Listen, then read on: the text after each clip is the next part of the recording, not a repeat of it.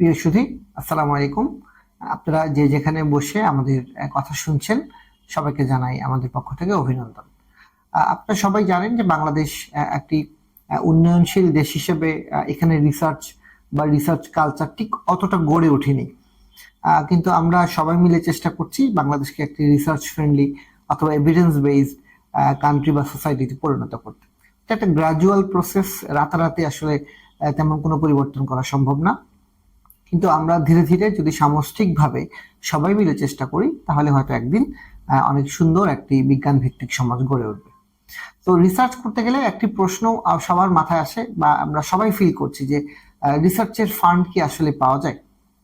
আমরা গবেষণা করব নিজের পকেটের টাকা দিয়ে, তো খুব বড় কোনো গবেষণা করাও সম্ভব না বা খুব বেশি দিনও গবেষণা করা সম্ভব না। তাহলে এই রিসার্চ ফান্ড কি পাওয়া যায়? সাধারণত বিগিনার বা যারা কিছুদিন ধরে রিসার্চে কাজ করছেন তাদের মাথায় এই প্রশ্নটি বেশ নাড়া দেয় যে ফান্ড ছাড়া আসলে কিভাবে কাজ করব। তো আমার অভিজ্ঞতা আমি দেখেছি যে আসলে রিসার্চের যে ফান্ডগুলো অলরেডি বাংলাদেশে অ্যাভেলেবেল আছে সেগুলোকেও আসলে পর্যাপ্ত পরিমাণে ইউটিলাইজ করা হচ্ছে না বা ব্যবহার করা হচ্ছে না। আপনারা প্রায়শই দৈনিক পত্রিকাগুলোতে দেখে থাকেন যে স্বাস্থ্য গবেষণা ফান্ডগুলো ফেরত চলে গিয়েছে। আপনারা দেখছেন যে ইউনিভার্সিটির গবেষণা ফান্ডগুলো আনইউটিলাইজড অবস্থায় আবার ব্যাক করে গিয়েছে। সো এর কারণটা কি? এর কারণটা হচ্ছে যে আমরা আসলে পর্যাপ্ত পরিমাণে ইনফরমেশন আমাদের কাছে নেই যে কোন কোন সোর্স থেকে আসলে এই রিসার্চ ফান্ডগুলো আসে বা কোন কোন সোর্সে ঠিক কোন সময়টায় রিসার্চ ফান্ডের জন্য অ্যাপ্লাই করতে হয়। সো আর প্রত্যেকটি রিসার্চ ফান্ডিং অর্গানাইজেশন গুলো, সেটা গভর্নমেন্ট হোক বা নন গভর্নমেন্ট হোক, তাদের একটা নির্দিষ্ট ম্যান্ডেট থাকে বা নির্দিষ্ট টাইম লাইন থাকে। সেই টাইম লাইনের মধ্যেই আপনাকে আসলে এই গবেষণা ফান্ডের জন্য অ্যাপ্লাই করতে হবে এবং আপনাকে অবশ্যই তাদের উদ্দেশ্য এবং লক্ষ্যের সাথে অ্যালাইন করেই আপনাকে এই ফান্ডগুলো নিতে হবে। সো আমাদের এই এপিসোডে আমরা সামান্য করে বলার চেষ্টা করব যে কোন কোন সোর্স থেকে আসলে ফান্ড পাওয়া যায়, ফান্ড পাওয়ার মনস্তত্ত্ব কি হওয়া উচিত, ফান্ডের জন্য আপনার নিজে কিভাবে প্রিপারেশন নিতে হবে, এই নিয়ে আমরা কিছু কথা বলব। প্রথমে আসি যে কোন কোন সোর্স থেকে আসলে ফান্ড পাওয়া যায়। সো আপনারা যারা স্বাস্থ্য বিষয়ে গবেষণা করেন তারা জানেন যে বাংলাদেশের যে হাইয়েস্ট রিসার্চ অর্গানাইজেশন বা হাইয়েস্ট রিসার্চের জন্য যে বডিটি রয়েছে তার নাম হচ্ছে BMRC, Bangladesh medical research council. আপনারা হয়তো সবাই জানেন, অথবা যদি না জেনে থাকেন হয়তো আজকে জেনে যাবেন যে বিএমআরসি প্রতি বছর একদম রিদমিক আকারে, অর্থাৎ প্রতি বছরই তাদের একটি ফান্ডিং কল থাকে। কিছুদিন আগেই একটা রিসার্চের জন্য একটা ফান্ডিং কল এসেছে। সেই ফান্ডিং কলে 3টি ধাপে ফান্ডিং রয়েছে। একটা রিসার্চ ডেভেলপমেন্ট ফান্ড থেকে, একটা হচ্ছে রেভিনিউ ফান্ড থেকে, আরেকটি হচ্ছে স্টুডেন্টদের জন্য একটা থিসিস ফান্ডের ব্যবস্থা রয়েছে। তাহলে আজকেই যদি আপনি সেই বিএমআরসির ওয়েবসাইটে ঢুকে সার্কুলারগুলো দেখে তাদের যে নির্দিষ্ট থিম রয়েছে সেই থিমে আপনি অ্যাপ্লাই করেন, হয়তোবা আপনি ফান্ডিং পেয়েও যেতে পারেন। সো এছাড়া আরো অনেকগুলো অর্গানাইজেশন বাংলাদেশে রিসার্চ ফান্ডিং করে, যার মধ্যে ডিজি হেলথ অন্যতম। Directorate general of health service, যেটা মহাখালীতে অবস্থিত, সেখান থেকেও একটা বড় অংশের স্বাস্থ্য রিলেটেড গবেষণার জন্য আপনি ফান্ড পেতে পারেন। আরেকটি বড় ফান্ডিং সোর্স রয়েছে যেটাকে আমরা বলছি মিনিস্ট্রি ফান্ড। এটি একবার মাত্র ওপেন হয়েছে। এবারে আমরা আশা করছি যে সামনে হয়তো কিছুদিন পরে এই গ্র্যান্টটি পাবো, আমরা ওটাই আশা করছি। সো এই গ্র্যান্টটি বেশ বড় গ্র্যান্ট, এই জন্য এই গ্র্যান্টটিকে বলা হয় 100 crore গ্র্যান্ট বা 100 কোটি টাকা গ্র্যান্ট বলা হচ্ছে, কারণ সাধারণত বিএমআরসি যে গ্র্যান্ট রয়েছে তার গ্র্যান্টের অ্যামাউন্ট সর্বোচ্চ 5 লাখ টাকা। সো বুঝতেই পারছেন 5 লাখ টাকা দিয়ে আসলে খুব বড় কোনো রিসার্চ আপনি করতে পারছেন না। ছোট কিন্তু খুব ইন্টারেস্টিং কোনো রিসার্চ থাকলে আপনি তার জন্য অ্যাপ্লাই করতে পারছেন। কিন্তু মিনিস্ট্রি গ্র্যান্টে যেহেতু গ্র্যান্টের অ্যামাউন্টটা বেশি, আপনি চাইলে দীর্ঘমেয়াদী অর্থাৎ সর্বোচ্চ 2 বছরের মধ্যে যে রিসার্চটি আপনি কন্ডাক্ট করতে পারবেন সেই রিসার্চটি আপনি সেই গ্র্যান্টের জন্য অ্যাপ্লাই করতে পারেন। কিন্তু আপনার মাথায় রাখতে হবে যে গ্র্যান্টের পরিমাণটা কিছুটা বড় হলেও আপনাকে আপনার মেথোডোলজি বা আপনার প্রপোজালটি খুব কনক্রিট এবং স্বচ্ছ হতে হবে, যেন আপনি 2 বছরের টাইমলাইনের মধ্যেই সেই কাজটি শেষ করতে পারেন। সো এই এমন একটি প্রপোজাল আসলে আপনাকে সাবমিট করতে হবে যেটি আসলে ইন্টারেস্টিং, যেটি আসলে দেশের জন্য প্রয়োজনীয় আছে এবং যেটি খুবই রিলেভেন্ট। আমি প্রতিটা গ্র্যান্ট নিয়ে, অর্থাৎ বাংলাদেশে যে কটি গ্র্যান্ট পাওয়া যায় প্রতিটি গ্র্যান্ট নিয়ে হয়তো ধারাবাহিকভাবে কিছুদিন হয়তো সময় লাগবে, আমি ধীরে ধীরে আলাদা আলাদা এপিসোড করার চেষ্টা করবো। অর্থাৎ একটা এপিসোডে আমি বিএমআরসি গ্র্যান্ট নিয়ে কথা বলবো, একটা এপিসোডে আমি মিনিস্ট্রি গ্র্যান্ট নিয়ে এবং অন্যান্য গ্র্যান্ট নিয়ে কথা বলবো। সো এই দুইটি গ্র্যান্টের মধ্যে বিএমআরসি গ্র্যান্টে খুব রেগুলার পাওয়া যায়, অর্থাৎ প্রতি বছর পাওয়া যাচ্ছে। এছাড়াও আরো কিছু গ্র্যান্ট বিএমআরসি দেয় যার অ্যামাউন্টটা একটু রিলেটিভলি বেটার বা অনেক বড় একটা গ্র্যান্ট দেয়, সেই গ্র্যান্টগুলো অবশ্য প্রতি বছরের সরকারের টাকার উপরে নির্ভর করেই গ্র্যান্টগুলো সার্কুলারগুলো হয়, যেটাকে আমরা বলি আরএফপি বা রিকোয়েস্ট ফর প্রপোজাল। সো আপনারা বিএমআরসি ওয়েবসাইটে গেলেই সেই সার্কুলারগুলো দেখতে পাচ্ছেন এবং অ্যাকর্ডিং টু আপনাদের সক্ষমতা অনুযায়ী আপনারা অ্যাপ্লাই করতে পারেন। এছাড়াও আমাদের প্ল্যানিং মিনিস্ট্রির কিছু গ্র্যান্ট পাওয়া যায়। আপনারা জানেন এডুকেশন সেক্টরের জন্য আমাদের ব্যান বেজের একটা গ্র্যান্ট চালু আছে, প্রতি বছরই এই ব্যান বেজের গ্র্যান্টটি পাওয়া যায়। ইউনিভার্সিটি গ্র্যান্ট কমিশনেরও ছোট্ট একটা রিসার্চ ফান্ড আছে। আসলে এটা ছোট বলবো না, সাধারণত এটা খুব ছোট বা ক্ষুদ্র অ্যামাউন্ট দেওয়া হয়, কিন্তু আপনি যদি কোনো খুব সুন্দর বা কোনো ইন্টারেস্টিং একটা আইডিয়া বা ন্যাশনাল ওয়াইড কোনো স্টাডি করতে চান, আপনি চাইলে আর একটু বড় অ্যামাউন্টের ফান্ডও পেতে পারেন। এছাড়াও আপনি এডুকেশন মিনিস্ট্রির কিছু গ্র্যান্ট আছে। এখন বর্তমান সরকারের আমলে যেটা দেখা যাচ্ছে যে অলমোস্ট প্রতিটা মিনিস্ট্রিতেই আপনার ছোট হোক বড় হোক অল্প হোক বেশি হোক বেশ কিছু গ্র্যান্ট আছে। তার মানে আপনি যদি গবেষণা করতে চান, আপনি দেখবেন যে আপনার আসলে গবেষণার বা রিসার্চের জন্য যথেষ্ট পরিমাণ ফান্ড আছে। অর্থাৎ বাংলাদেশে আমরা যে ধরনের রিসার্চ করতে পারি, যেমন আপনি একটা ভ্যাকসিন নিয়ে যদি মৌলিক গবেষণা করতে চান, তাহলে আপনার হয়তো 100 কোটি টাকা লাগবে আপনার, কিন্তু সেই সেট আপটা আসলে বাংলাদেশে নাই। সো আপনি চাইলে সেই গবেষণাটি করতে পারেন না। তাহলে আপনি যে ধরনের গবেষণা বাংলাদেশে করতে পারেন তার জন্য বেশ কিছু ফান্ড আসলে অ্যাভেলেবেল আছে, শুধু আপনাকে খুঁজে নিতে হবে। এর বাহিরেও আরো প্রত্যেকটা ইউনিভার্সিটির মধ্যেই, যেমন ঢাকা ইউনিভার্সিটির মধ্যে বেশ কিছু গ্র্যান্ট আছে, কৃষি ইউনিভার্সিটির মধ্যে একটা বিগ অ্যামাউন্টের গ্র্যান্ট সবসময় থাকে। আমরা প্রযুক্তি যে বিশ্ববিদ্যালয়গুলো আছে বা ইঞ্জিনিয়ারিং ইনস্টিটিউট গুলো আছে, সেখানেও একটা বড় অ্যামাউন্টের গ্র্যান্ট কিন্তু পাওয়া যাচ্ছে। এছাড়া আমাদের স্বাস্থ্য খাতে যে বঙ্গবন্ধু শেখ মুজিব মেডিকেল ইউনিভার্সিটি আছে বা বিএসএমইউ বলছি সংক্ষেপে, সেখানেও একটি বড় অ্যামাউন্ট রিসার্চ ফান্ড আছে। অনেকেই এই রিসার্চ ফান্ডটি নিচ্ছেন এবং সেটা নিয়ে খুব সুন্দর সুন্দর রিসার্চ কাজ করে যাচ্ছেন।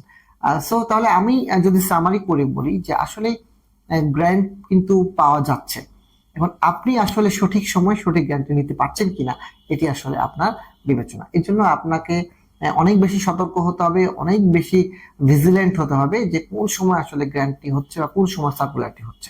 কারণ গ্র্যান্টটি কেউই আপনাকে এসে বলে যাবে না যে হ্যাঁ গ্র্যান্ট কলটা ওপেন হয়েছে, তুমি এসে অ্যাপ্লাই করো। তো আপনাকেই সতর্ক থাকতে হবে ঠিক কোন সময়টি সার্কুলার হচ্ছে, সেই গবেষণা যে থিম আছে তার সাথে অ্যালাইন করে আপনাকে অ্যাপ্লাই করতে হবে।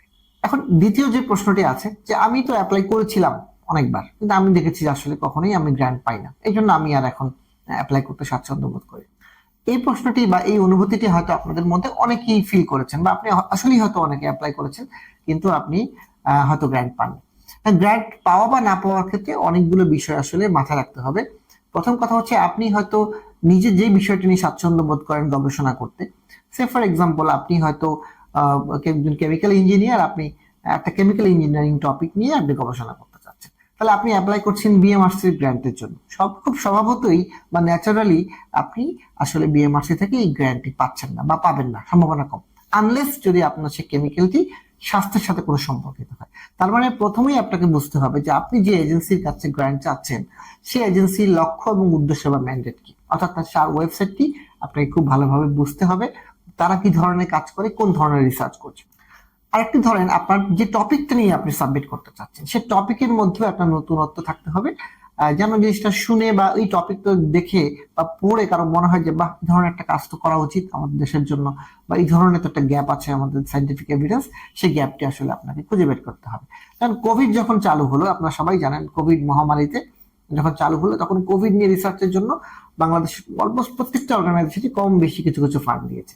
কিন্তু আজকে বসে যদি আপনি কোভিড নিয়ে স্টাডি করতে চান, তাহলে আপনি সেই প্রপোজালটা যদি জমা দেন এবারের বিএমআরসি গ্র্যান্টে, অর্থাৎ 2023 সালের গ্র্যান্টে জমা দেন, তাহলে আপনি ফান্ড নাও পেতে পারেন, আনলেস আপনার টপিকটি খুবই চমৎকার, যেটি আসলে গ্র্যান্টের রিভিউ কমিটিকে স্যাটিসফাই করতে পারে। তাহলে আপনাকে আসলে বুঝতে হবে যে আমি আসলে কোন সময়ে কোন ধরনের রিসার্চ করব এবং সেই রিসার্চটি আসলে ওই অর্গানাইজেশনাল ম্যান্ডেটের সাথে যাচ্ছে কিনা। অর্থাৎ এই সময়ে সরকারের যে প্রায়োরিটি আছে, ধরে নেন সরকার এখন জলবায়ু নিয়ে কাজ করতে যাচ্ছে, তাহলে আপনাকে জলবায়ু নিয়ে যদি কোনো জলবায়ুর সাথে স্বাস্থ্য মিলিয়ে যদি কোনো টপিক সেট করতে পারে, তাহলে হয়তো আপনার ফান্ড পাওয়ার সম্ভাবনা বেড়ে যাচ্ছে। থার্ড যে প্রশ্নটি আছে যে আমি তো এখনো খুব ছোট, আমি হয়তো রিসার্চে এখনো নবীন, আমি কি গ্র্যান্ট পেতে পারি?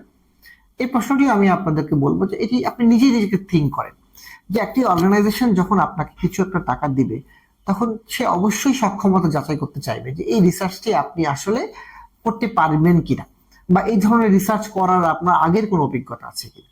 তাহলে আপনি নিজেই বিবেচনা করে দেখবেন যে আদৌ কি আপনি ক্যাপাবল। যদি আপনি ক্যাপাবল হন তাহলে আপনি নিজের নামে বা আপনার একটা সহযোগী গোষ্ঠী নিয়ে অ্যাপ্লাই করেন আপনি। আর যদি মনে করেন যে না, আমি আসলে এখন পর্যন্ত আমার প্রিভিয়াস হিস্ট্রিতে এই ধরনের গ্র্যান্ট পাবার বা বড় কোনো রিসার্চ করার অভিজ্ঞতা নাই, তাহলে আপনি এমন একজনকে আপনার টিম লিডার করুন যার সাথে আপনি কাজ করার অভিজ্ঞতা ভালো, যার সাথে আপনার ফিনান্সিয়াল কোনো কনফ্লিক্ট হওয়ার সম্ভাবনা নাই, এমন একজনকে বেছে নিয়ে আপনি টিম কম্বিনেশন করে আপনি অ্যাপ্লাই করুন, দেখবেন আপনি সহজেই ফান্ড পেয়ে যাচ্ছেন। মনে রাখবেন যে প্রত্যেকটি ফান্ডিং এজেন্সি তারা নিশ্চিত হতে চায় যে তাদের দেওয়া ফান্ডটি আসলে সঠিকভাবে ব্যবহৃত হচ্ছে, অথবা এমন কোনো হাতে ফান্ডটি পড়ে নাই যেখান থেকে এই ফান্ডটি হয়তো একেবারেই নষ্ট হবে। সো এই জিনিসটি আপনাদের মাথায় রাখতে হবে। ফোর্থ যে বিষয়টা আপনাদের খেয়াল রাখতে হবে, যে এই কথাটা হয়তো আমি রাগু হয়তো এক কথার ফাঁকে বলে ফেলেছি, যে আপনি ন্যাশনাল ইন্টারেস্টে বা ন্যাশনাল স্ট্র্যাটেজি অথবা বর্তমানে সরকার বা কি চাচ্ছে বা কোন ধরনের গবেষণাগুলোকে প্রমোট করতে চাচ্ছে, আপনাকে অবশ্যই সেই গবেষণাগুলোর প্রতি ফোকাস করে আপনাকে আসতে হবে। পঞ্চম যে বিষয়টি খেয়াল রাখতে হবে, যেটি আদতে মনে হয় খুবই ছোট কিন্তু ব্যাপারটা খুবই গুরুত্বপূর্ণ, সেটি হচ্ছে টাইমলাইন মেনটেন করা। আপনি যে রিসার্চ করতে চান আপনি সঠিক সময়ে এবং সঠিক গাইডলাইন মেনে আপনি প্রপোজালটি সাবমিট করছেন কিনা। আপনি যেন ভাবে একটি রিসার্চ প্রপোজাল জমা দিলেই স্ক্রিনিং ফেজে সেটা আউট হয়ে যাচ্ছে। তার কারণ কি?